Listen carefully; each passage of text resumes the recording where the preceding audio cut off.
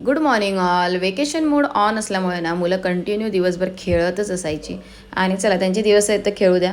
आणि नंतर ना पिल्लूचा बड्डे होता, सो आम्ही दोघींनी ठरवलं की जुडिओमध्ये जाऊन छानपैकी शॉपिंग करूया.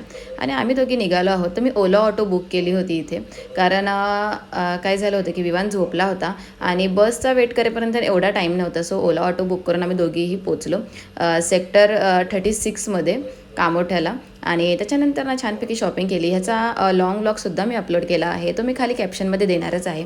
आणि ना त्याच्यानंतर ना आम्ही कामोठ्यामध्ये निळकंठ येते ना मसाला डोसा खाल्ला होता आणि खरंच खूप टेस्टी होता. तर तुम्हीसुद्धा कामोठ्यामधील निळकंठ येते मसाला डोसा खाल्ला आहे का?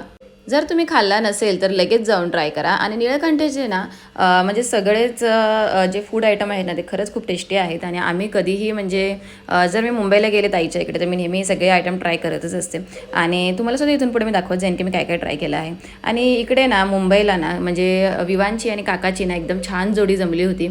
आणि काका ऑफिसवरून आले ना की म्हणजे दोघांची खूप जास्त मस्ती चालायची आणि खूप मजा करायची. आमच्या घरात सुद्धा ना अशी काका आणि भाच्याची जोडी आहे का.